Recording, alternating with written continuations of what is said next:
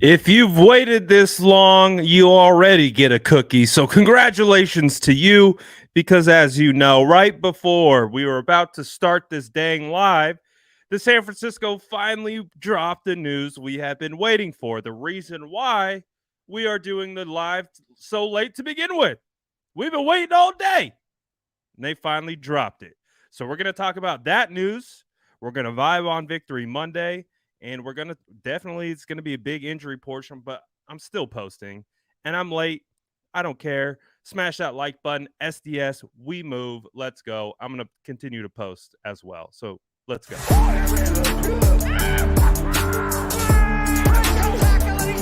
Smash that like button if you haven't already. Love to see it.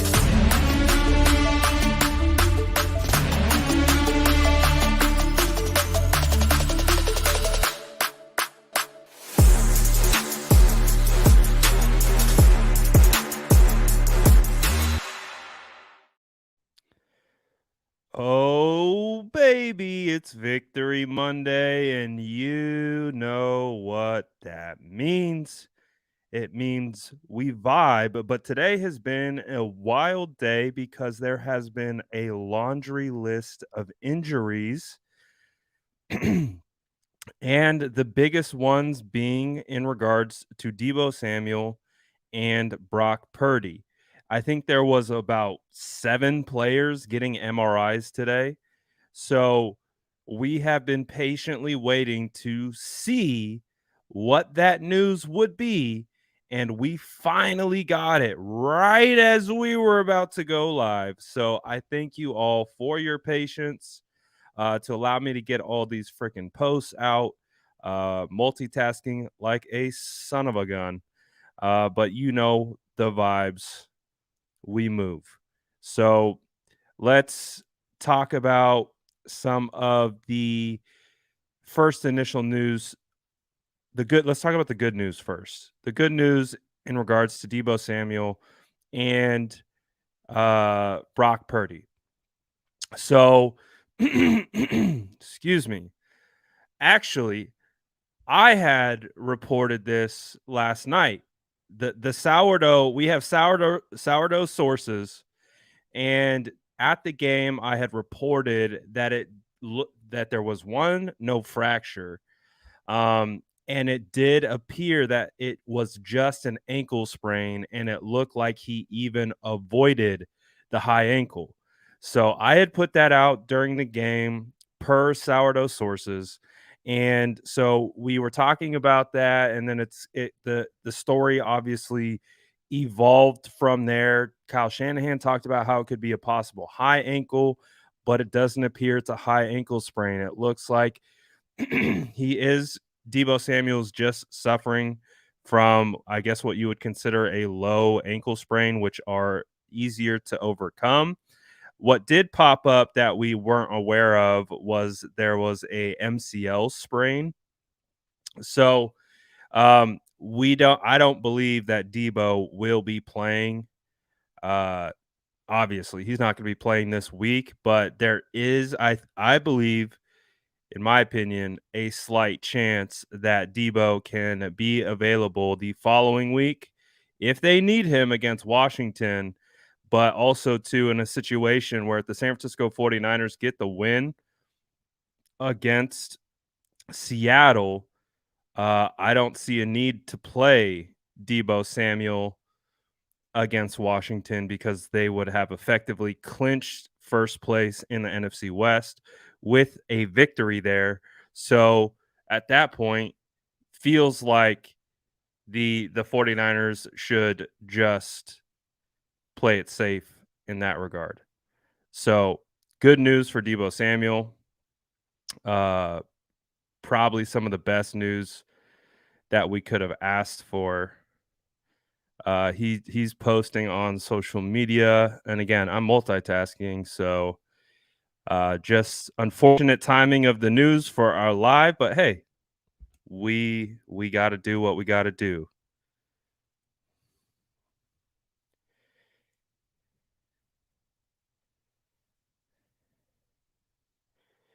All right, hold on.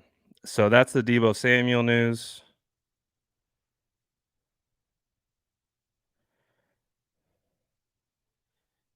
and we will get to the Brock Purdy news right now. But like I said, you got to deal with me posting to 400 places at once.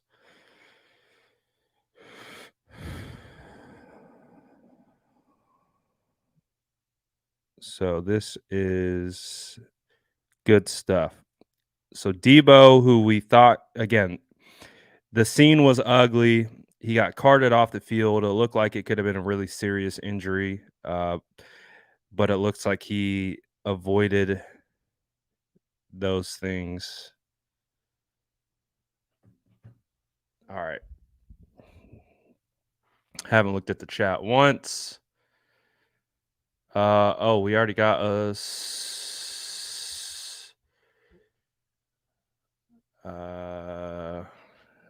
Ryan Hensley, who claims to have a source in the building, said based on the info he's been given, he believes Lance has a better chance of returning than Kinlaw. It's a possibility being discussed. Thoughts? I don't know. I don't know what the 49ers plans are for Trey Lance. So yeah, I have no idea. To be honest, right now, I care about Brock Purdy. And I mean, I think Brock Purdy is definitely earning the job this season.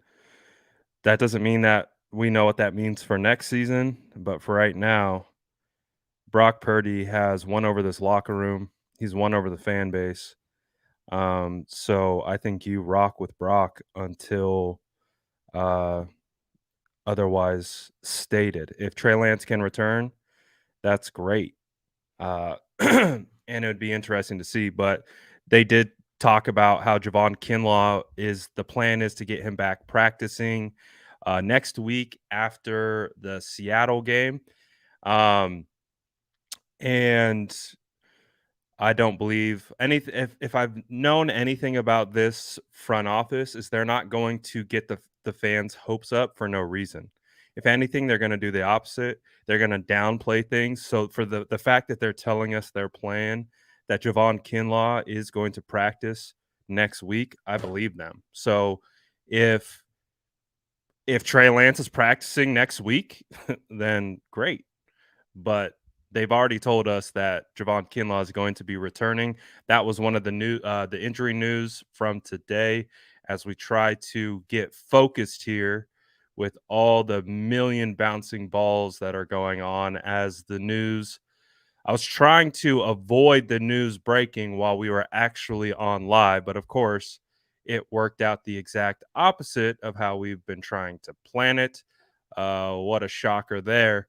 Um, because again, I know it's no fun to watch me sit here and multitask and make 4 bajillion posts on live stream.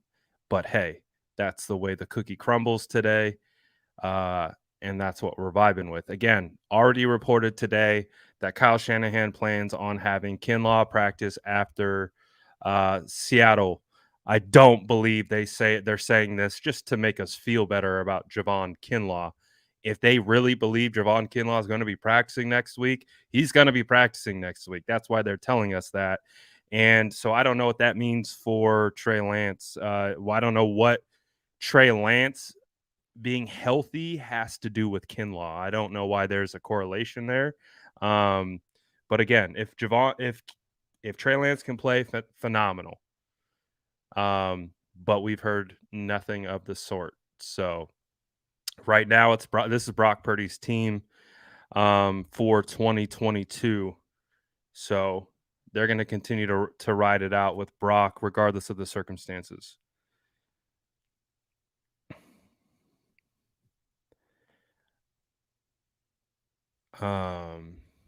So again, this was some of the news that let's kind of go through some of the news today. There's so much. We had Javon Kinlaw. He's going to be practicing. Samuel Womack will not play against the Seattle Seahawks because he suffered a concussion, so he will not play on Thursday Night Football. We got news from Kevin Givens. He is dealing. Ooh, man, I need some water. He's dealing with a MCL sprain. Doesn't appear to be serious, but is expected to miss a little bit of time. But we'll continue to see how that plays out. We just talked about uh, Javon Kinlaw, Debo Samuel. This was from earlier when he apologized.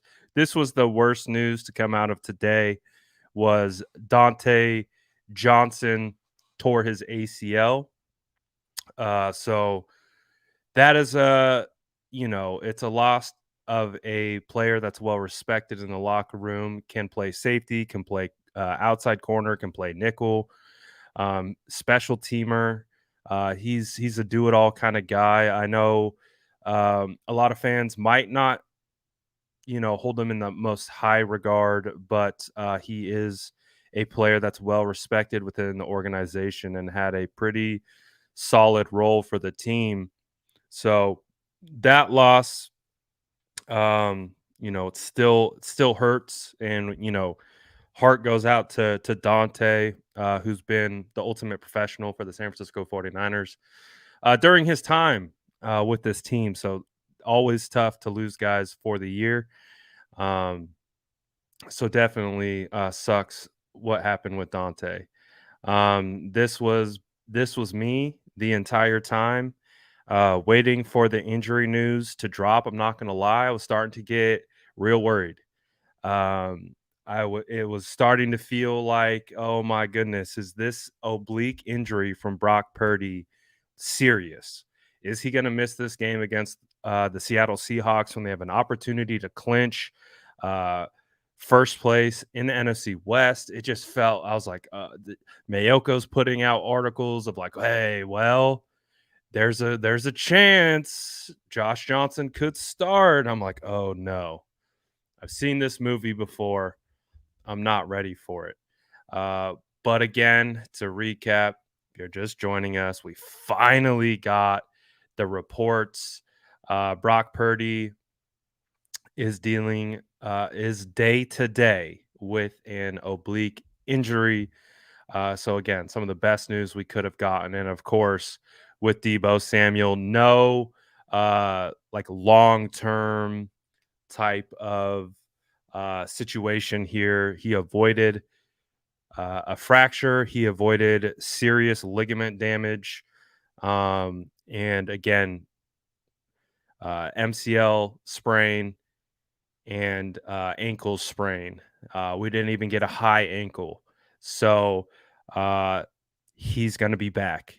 And again, like I heard last night, um, while at the game, it appears he avoided the high ankle sprain, and he'll probably miss next week, but I think he'll be worked back slowly after that. And again, like we talked about, if they don't feel he's needed against Washington, shut him down against Washington.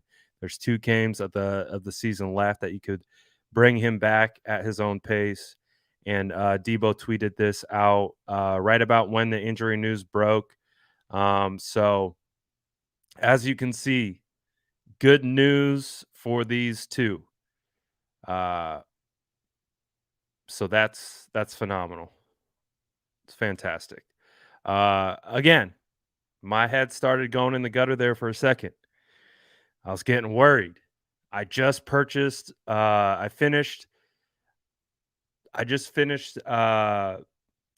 Getting all my trip booked up. So I'll be flying out to Seattle on Wednesday for the game on Thursday. And I'm not gonna lie, I was really hoping that we weren't gonna be seeing, I love Josh Johnson. I do. But I want to see Brock Purdy win this game. I want to see Brock Purdy go out there against Seattle on the road, his first away start, and just again continue to build the legacy that is now the Brock Purdy legend. Um, so all right. I think we got through most of the injuries. Thank goodness. Um,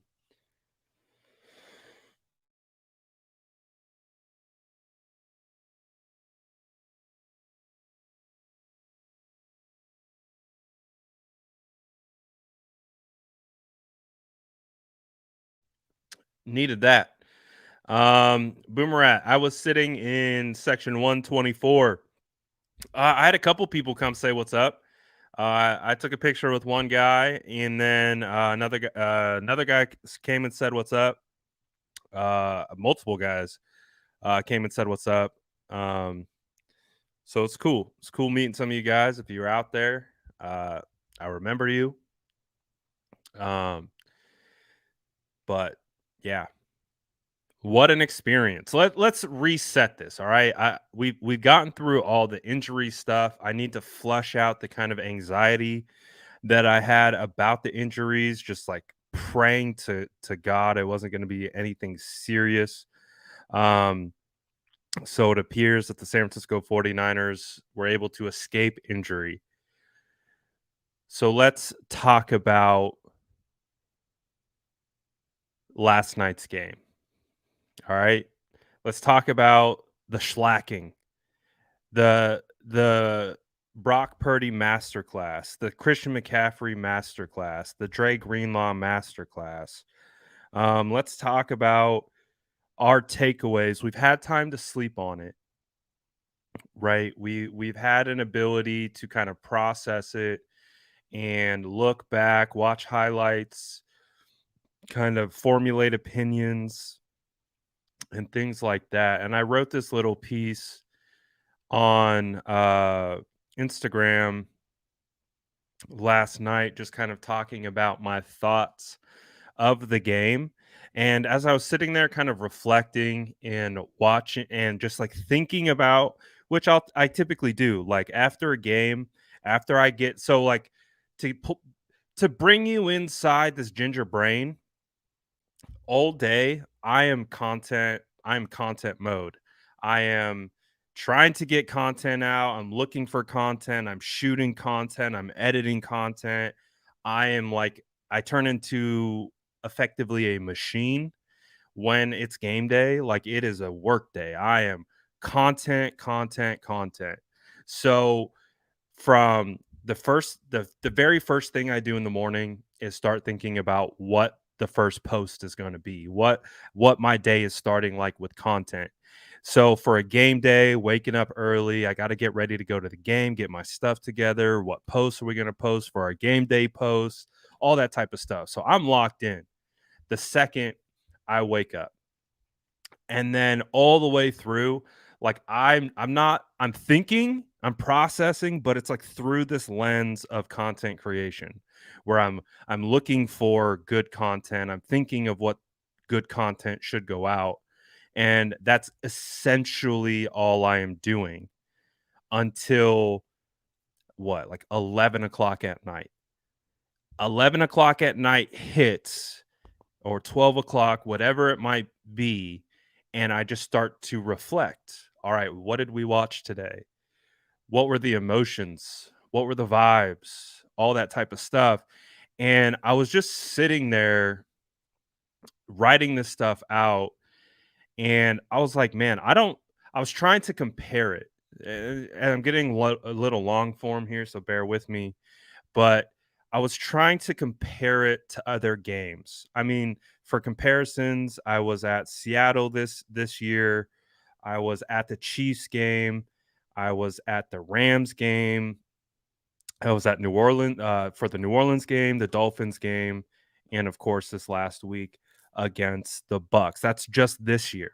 I was at the game where Nick Mullins got his first start on Thursday Night Football against the Raiders, and that whole story of Nick Mullins and BDN and that hype was created.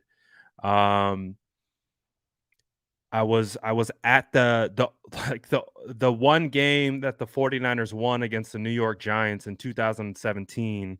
the Marquise Goodwin game, where he had that really special moment.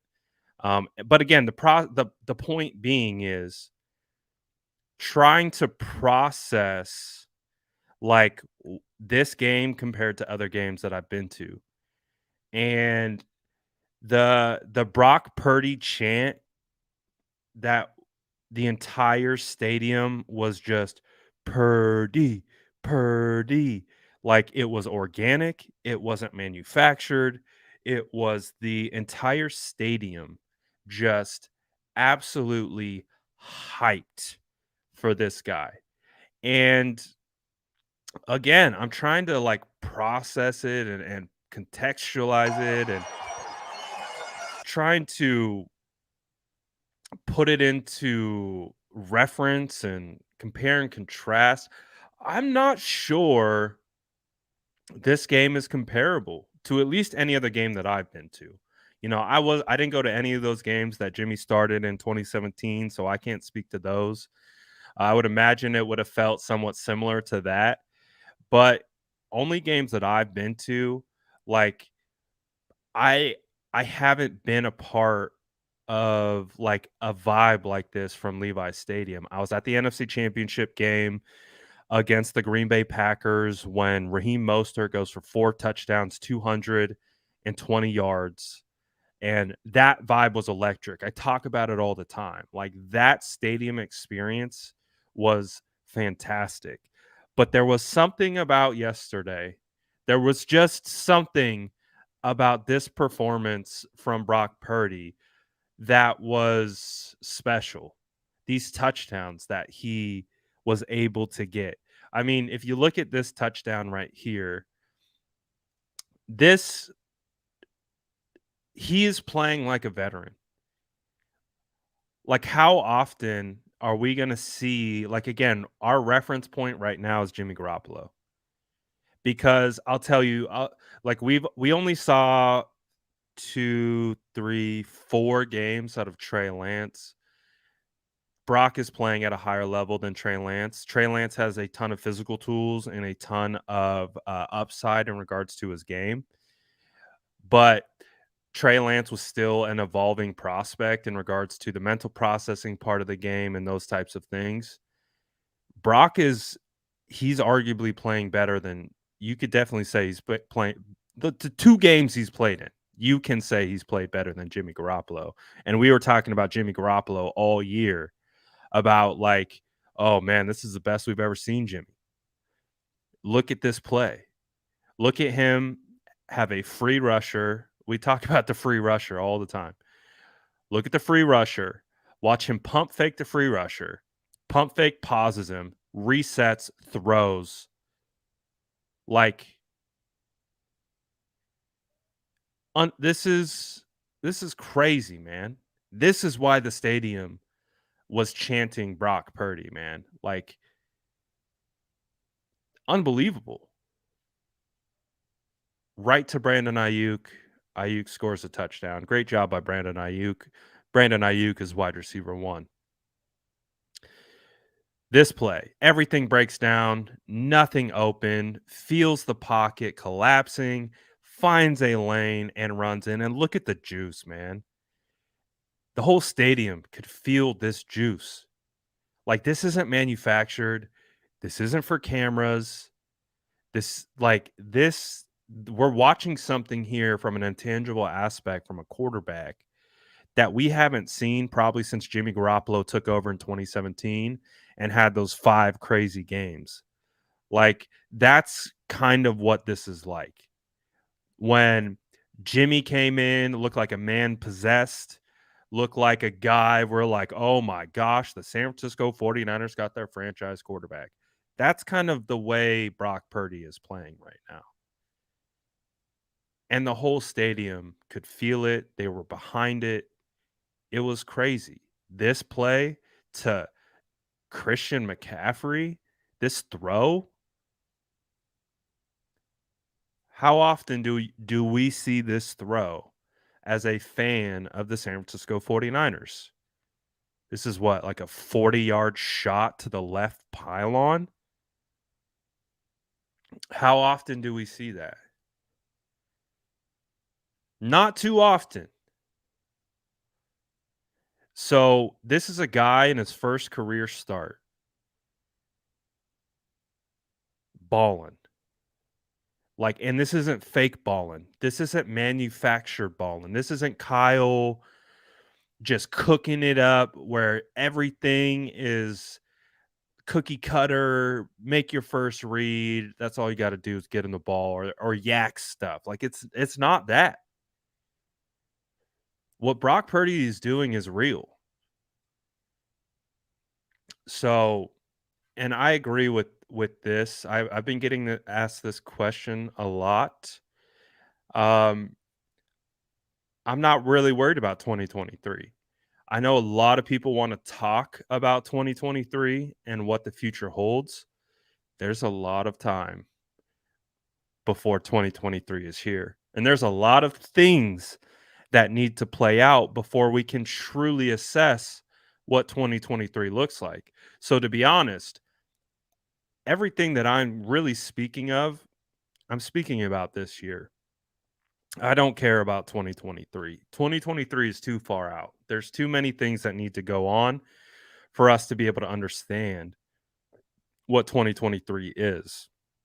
Right now, Brock Purdy is the quarterback for 2022. Right now, this team has Super Bowl aspirations. Right now, they want to win a ring in 2022. So 2023 is cool, but winning a ring in 2022 is even cooler. So that's where my mind is at. Everything that I'm talking about, everything that I'm trying to evaluate is within the lens of winning a championship this year. So this performance from Brock Purdy, and again, it's two performances. We we did our film breakdown last week. What did I say last week? Let's see how he stacks. How is he going to stack? What is he going to do next week? What is he going to do with all the hype and the eyes and the narratives and all of it? How's he going to handle it? Guess what? He didn't flinch. He didn't flinch at all. Perfect opportunity. There was a phenomenal opportunity for Brock Purdy to flinch playing the GOAT, something that he said was a dream to do.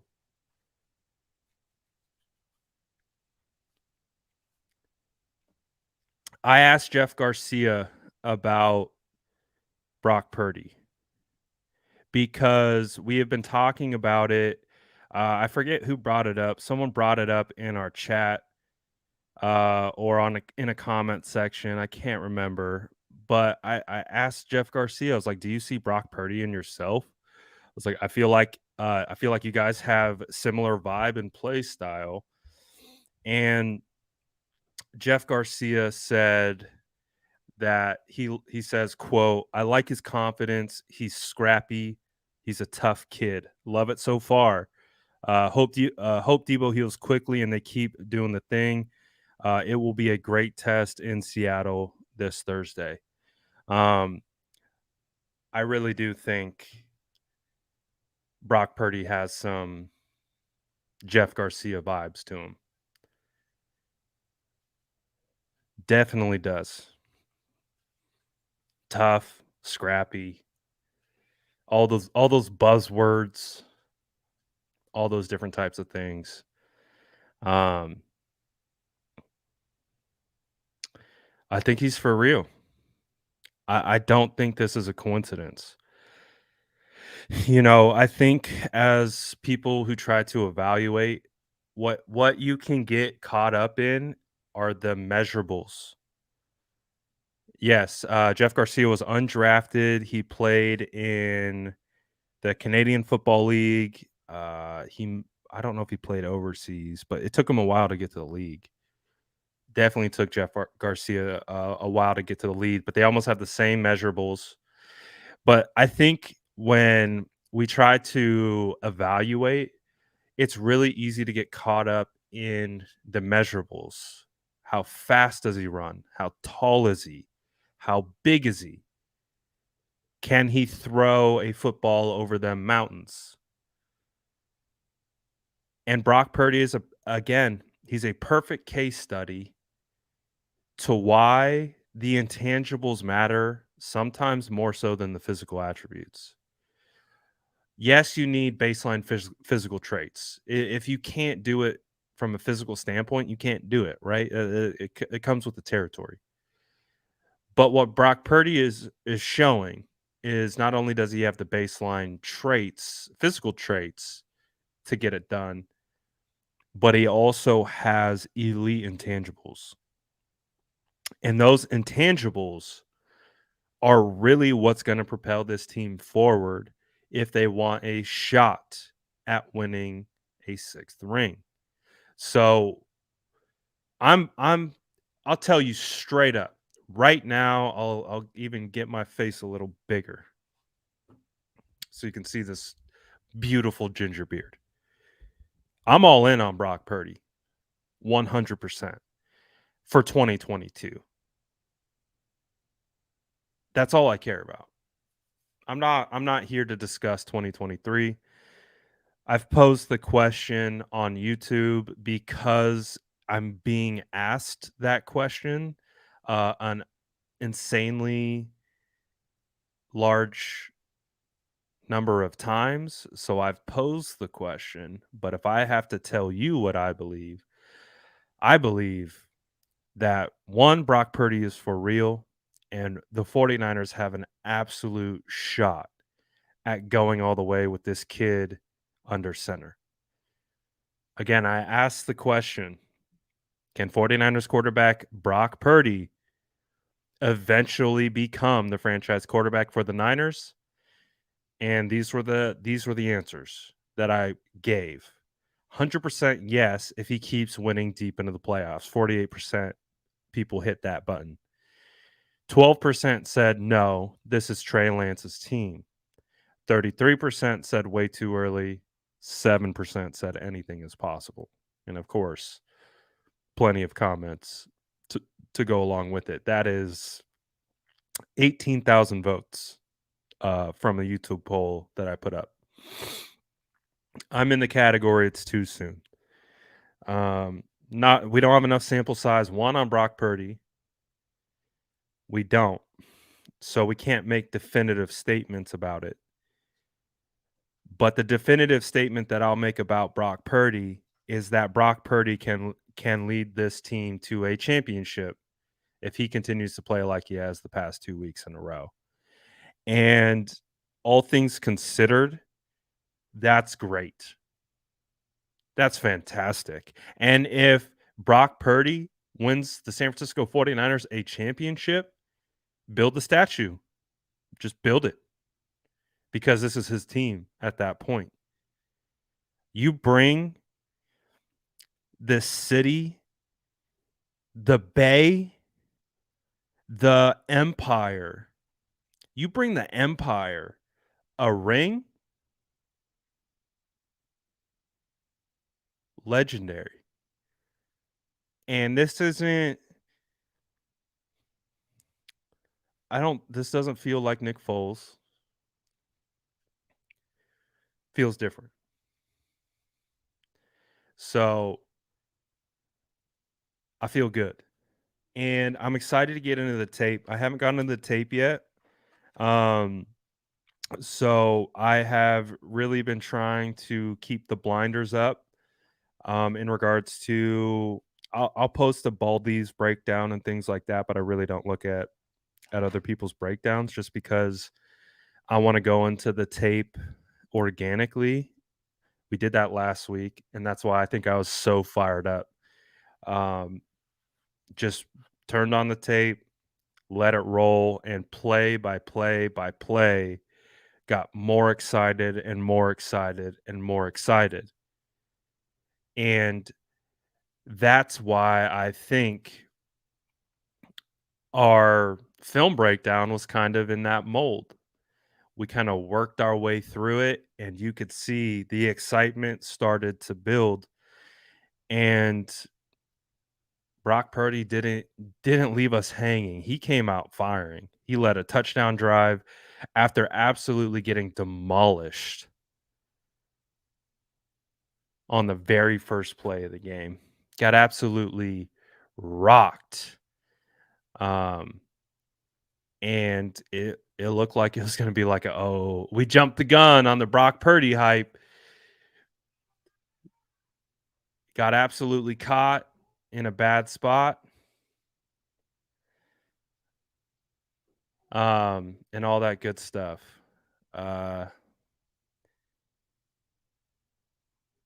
hey, my guy, I remember you. He says, met you this weekend at the game. You said, what's up? Even though you were working, my dude, you're a real one. As for BCB, I think we're being a little bit prisoners of the moment. Thoughts? I'm, hey, I appreciate you, man. Appreciate you saying what's up, brother. And I appreciate the super chat. And again, I'm trying to also not be a prisoner of the moment. I went through that in real time against the Dolphins. But part of the reason why I'm not a prisoner of the moment is because I'm evaluating. I put a lot of weight into the intangibles, and if you can prove to me that you have the intangible traits, those are the things that you don't lose. You have them or you don't, right? You have confidence or you don't. You have an ability to lead or you don't. It's a very cut and dry thing. It's more like sports psychology based, which I'm a big fan of psychology and sports psychology. So I use that into my evaluations, and I feel like it helps me identify who are going to be the good players that last a long time in this league and who aren't. And when you look at the intangibles, this dude has elite intangibles from a mental standpoint. So I do think I can at least understand the prisoner of the moment thought process. Um, but how can you not be on the other hand with how well Brock Purdy has played the last 2 weeks? And again, these aren't like just just wide open looks that Kyle's cooked up. You know what I mean? Like these are him working through progressions, uh, holding linebackers with his eyes, safeties with his eyes, in multiple different ways, pump fakes, arm angles, off platform, off schedule, out of structure. Like he's doing things that you expect from a starting quarterback, but he's a third string quarterback who's a rookie who's getting his first real starting time. So I can understand the thought process, but I don't know. I have to rely on my evaluation at the end of the day. Um, I have been watching football with an evaluator's eye for the past 10 years, and I feel very confident in my ability to evaluate. And again, my biggest piece of advice to you guys is don't listen to what other people say. You can listen to me all you want, but at the end of the day, your evaluation should trump all. The way you see it, the way you evaluate it, the way you perceive it, those are the things that you need to hold near and dear. Don't let anyone else's other opinion sway your evaluation. I've let it happen to me in the past. You're evaluating a prospect. This draft guru says, "Oh, this guy's no good." And you're like, "But I see it. I see this. I see that. He looks like a great prospect." All these guys are like, "Nah, he's not a good prospect." And you're like, "Okay, fine. I'm going to listen to you. He's not a good prospect." Turns out to be a great prospect. And then you just it tarnishes your. So that's how I learned how to like really trust my evaluation is just listen to yourself. Don't listen to anyone. Some of my favorite evaluations are when people are telling me that, hey, this guy's not good. Um, this guy, he's not going to be that guy. He's not going to be that good. And I'm like, well, I see it, and it makes me go harder on my evaluation. So that's one thing that I'll say is if you believe something, stick to it. And so with Brock Purdy, I believe it. I see it, and I think it's real. So I can understand if you are hesitant to believe that, but I do believe what he's putting together is the real deal. Um Greatness 54 says what I did notice that he was looking to throw deep to shallow where Jimmy was the other way around. Thoughts? Yeah, 100%. It feels like the entire field is open to Brock Purdy, whereas it was not like that for Jimmy Garoppolo.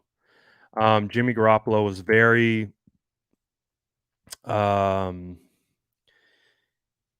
I don't know, what do I say, bottled up.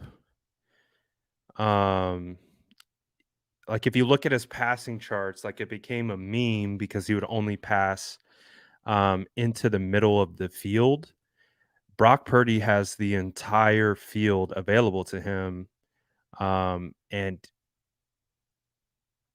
he here's a perfect example of it. Javi,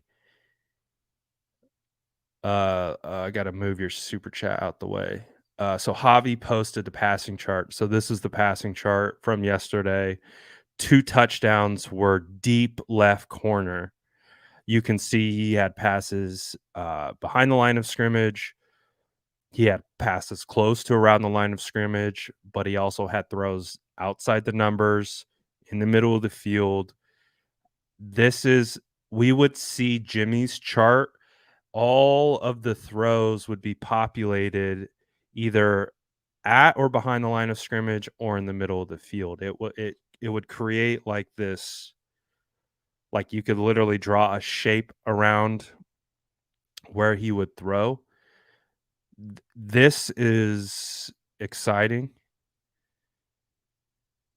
because the entire field feels open to him. He's not afraid. He doesn't look timid. He understands what he's capable of. He's confident in himself, and he will take the shot. 2 shots turned out to be touchdowns, and 2 shots were phenomenal throws. One to Ayuk, one to Christian McCaffrey. Um, Listen to Chili. Smash this like button if you're vibing with Brock Purdy.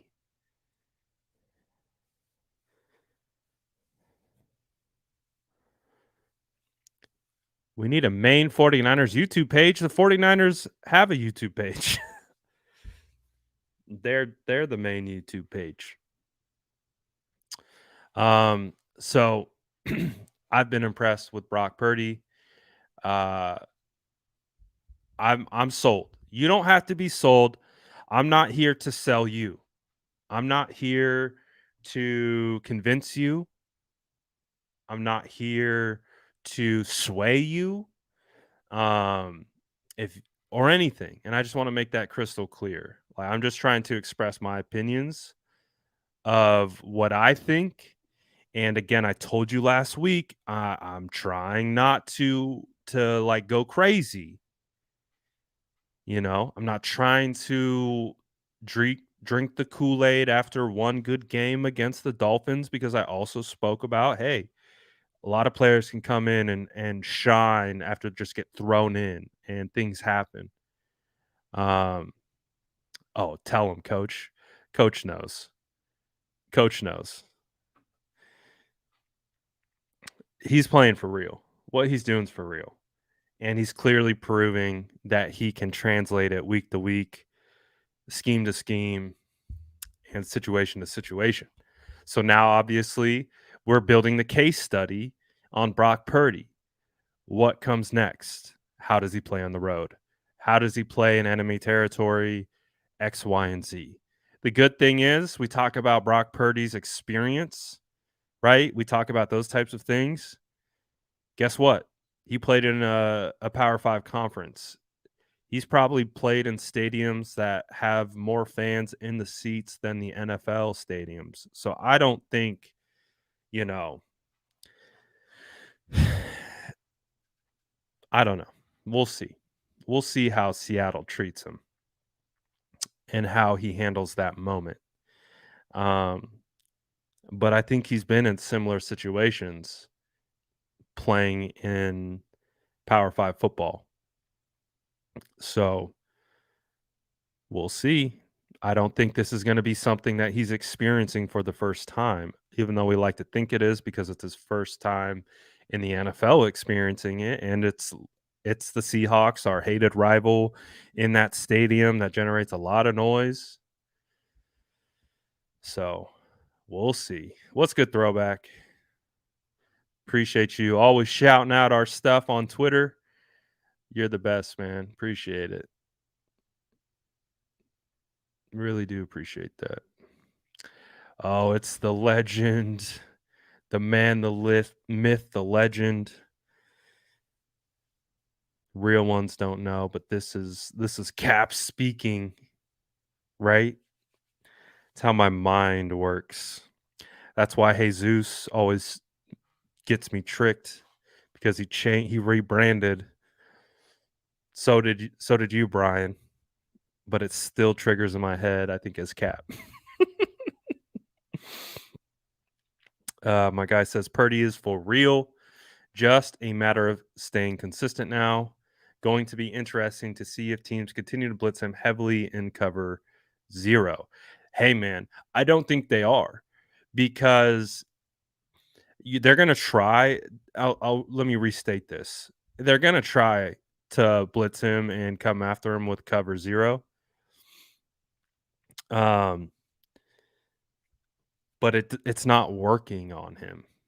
Like, yeah, they got home on that first play of the game, but he admitted to calling the wrong audible, and so it got him. He put himself in a bad spot, and he got rocked for it. So he has the ability to read coverage, especially blitzes, and then find where the ball needs to go. That is the cerebral intangible that we're talking about.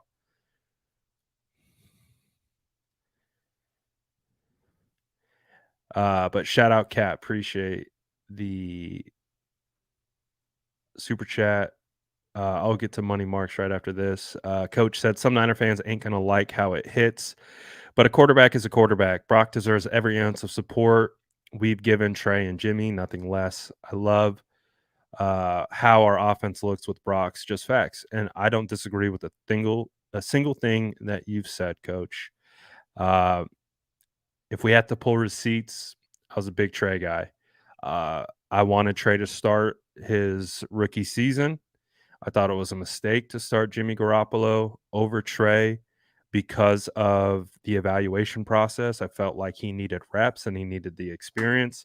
Did I think it was going to be pretty and beautiful for Trey year one? No, but he needed the reps. He needed that experience. He needed it. He didn't get it, but didn't change our support for him. Jimmy Garoppolo started playing well. We supported Jimmy Garoppolo because guess what? He's the quarterback of the team that we cover. And we have a vested interest in the team that we cover being successful. As you can see, I'm a fan of the 49ers. I'm not a fan of a quarterback. I'm a fan of the Niners. So if Jimmy Garoppolo is going to come in and lead the team to wins and playoff runs, then I'm going to support Jimmy Garoppolo. Trey Lance was given the job at the beginning of the year. Guess who we supported? Trey Lance. And not once did we call for Jimmy to come in or none of those things. Of course, Trey Lance goes down. Jimmy comes in. Guess who we're rocking with? Quarterback one. Okay. Jimmy Garoppolo goes down. Brock Purdy goes in. Guess who we're rocking with? Quarterback one. So I know this seems like a simple concept, but it's very complex for 49ers fans because 49er fans have somehow politicized the quarterback position and they can only root for one. And this isn't for everyone. I'm speaking in generalities. I know not everyone thinks like that, but there is a political nature to the quarterback conversation within our franchise, with our fan base, I should say. And they believe you can only actively root for one of them. We have some breaking news here, people. You can root for both of them. Hold on. Even more breaking news. You can root for all three. Hold on. Even more breaking news. If Josh Johnson needs to play, you can root for all four. Wait a second, one more. If Jacob Eason is going to play, you can root for him too. That's 5. That's 5 quarterbacks you can root for, all equally the same. I know that's a shocker to to not you guys, but to certain people out there. Like, whoa, you can like Trey and Jimmy at the same time? Wait a second. You can like Trey, Jimmy, and Brock at the same time? Whoa. Now we're getting crazy now.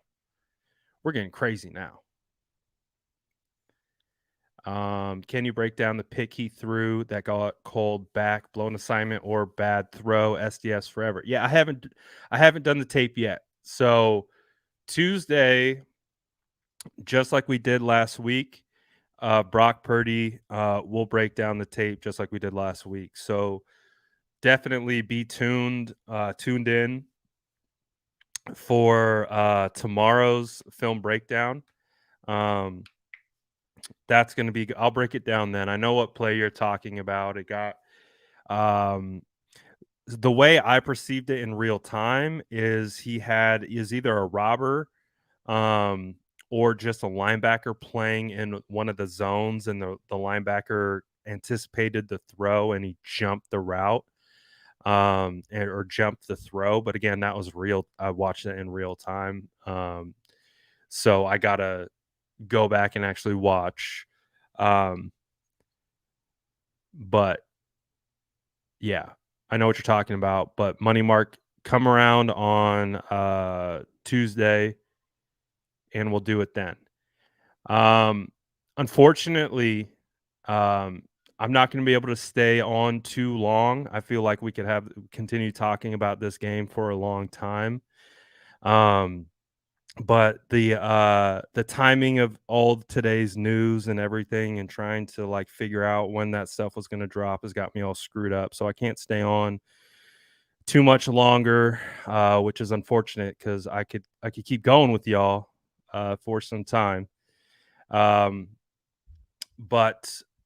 definitely looking forward to doing the deep dive into the tape and really breaking all of Brock Purdy's play down again, just from being there at the stadium with the rain pouring down and everything going on the way it was. I'm very, very intrigued by Brock Purdy, not only Brock Purdy, but the way the team is responding to Brock Purdy. It's not just him. It's the way everyone is responding. Yes, Tim, I can see your comments. You don't have to pay to comment. So I appreciate you guys as always for tapping in. Gotta cut it a little short today, unfortunately, but hey, we'll be back tomorrow for a long one. So stick around for that. Smash the like button on your way out, all that good stuff. Sub if you haven't already. But we'll be back for more. I appreciate you guys as always and the continued support to the channel and this ginger beard. You guys are the best. We'll be back with more. Peace.